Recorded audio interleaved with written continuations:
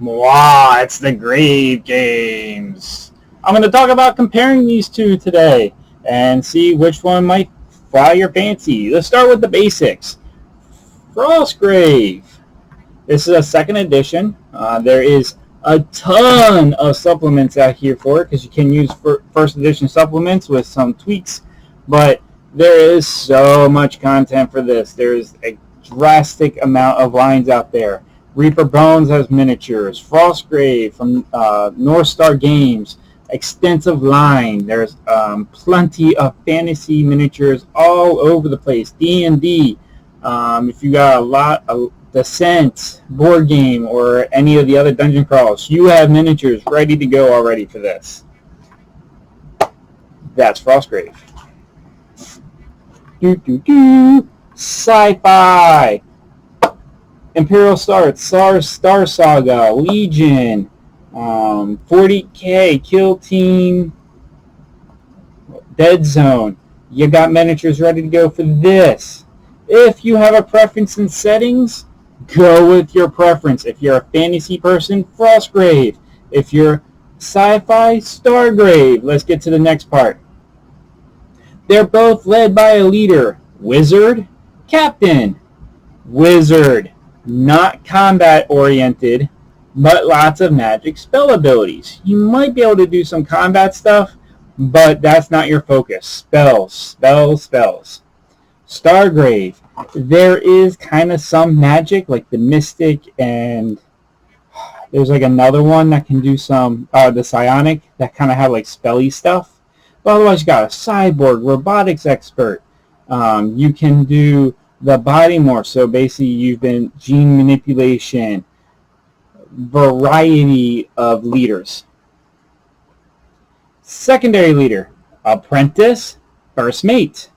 Apprentice has what you have as a wizard, but doesn't do the spells as well. First mate can be different. You can have two different personalities here versus Frostgrave, where they're basically the same person, just one is a little bit weaker and doesn't cast spells as well. This, you could have two different identities, a mystic with a cyborg. However, the first mate is of a lesser quality. Now, crew, 8 people, 8 people. You're going to have a handful of specialists, and the rest are just regular grunts. Same for both. They're going to have specialties like a marksman, ranger, barbarian.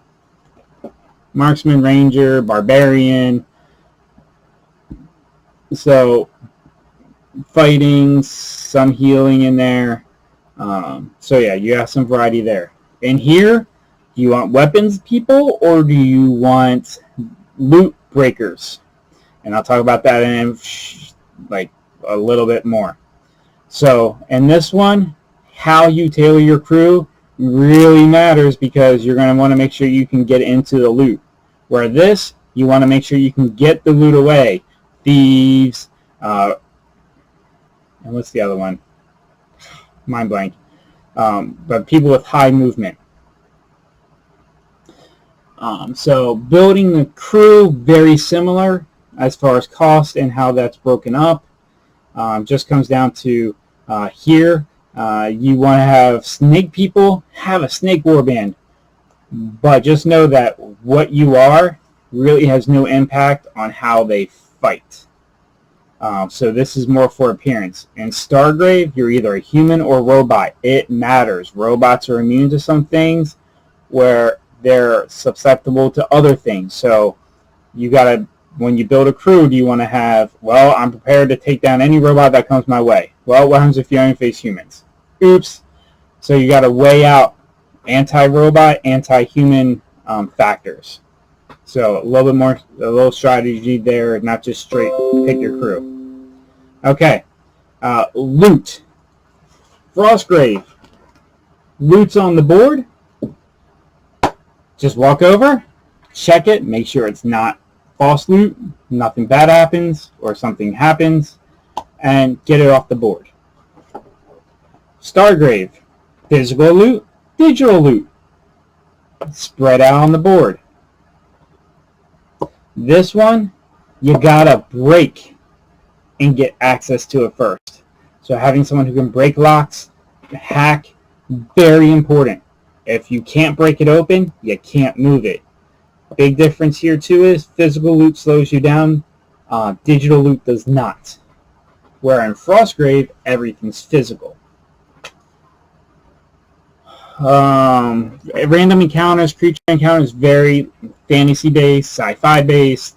Stargrave has one little different component. This one has creeping encounters, escalating tension because you got gunfire and things are going off and blowing up, grenades that you're going to draw unwanted attention. So based on the turn, roll a d20, and it's a pressure mechanic to really get you moving towards either get the loot and get off or wipe out the other side.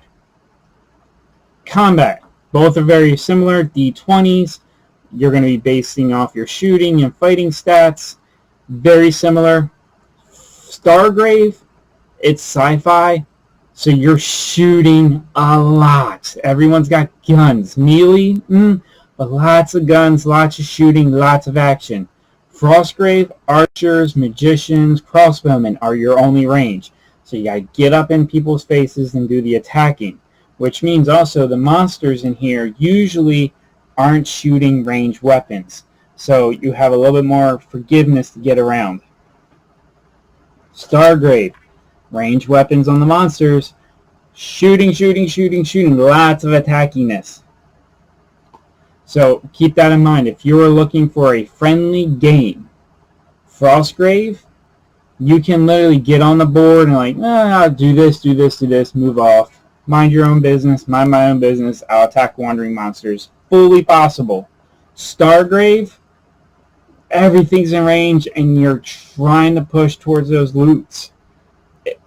Dodging and hiding, my couple games, not a factor. Both have a really good and some familiar campaign system. And end goal, Frostgrave's end goal is technically get all the spells for your wizard to become the master and ascend, blah, blah, blah. So if you want to change for objective, Stargrave, really no objective, just kind of like build the best crew, get lots of money. So the one thing I want you to be aware of, Stargrave, I said it in my review, and I've addressed this in the Frostgrave review. Stargrave, you're really going to just stick with 10. You might be able to squeeze up to 14 crew if you take 4. If you create robots, capture animal creatures, or hijack other people's members. You can probably get up to about 14, maybe 16 if you really push it. But this one, your power list is restricted to your sphere of what you pick. Cyborg, veteran. Most of your skills powers are coming from that skill base. This one, you're going to level up the captain and the first mate almost separately. And there's actually almost like a role-playing chart that says, at this level, you get this. Frostgrave leveling up. The apprentice levels matching the wizard. You're leveling the wizard. As you get stuff for your wizard, the apprentice gets better. There is no chart. You pick what you want to make better as far as your attributes. You want to move better, shoot better, fight better, magic better. Okay, let's see, what else? Frostgrave, I was talking about the party. Frostgrave, because you can pick spells regardless, your goal is to get all the spells, so even if it's not one of your good things, you can put enough points to reduce the cost on some spells if you're high enough level. So with Frostgrave, one of the things that you can do is, I think the math was like 16 or more crew, and it's not contingent on monsters because you can summon a demon, you can summon skeletons, animal companions, take over animal companions, take over a member of the enemy of the opposing warband. Like, there's so many spells that enhance your warband that it's not capped. So hopefully that gives you some thoughts about Frostgrave, Stargrave, if you were on the fence which one you want to do. So hope that was helpful. Leave comments below if you have other questions, and I'll give you my quick take. Thanks for tuning in. Thanks for subscribing.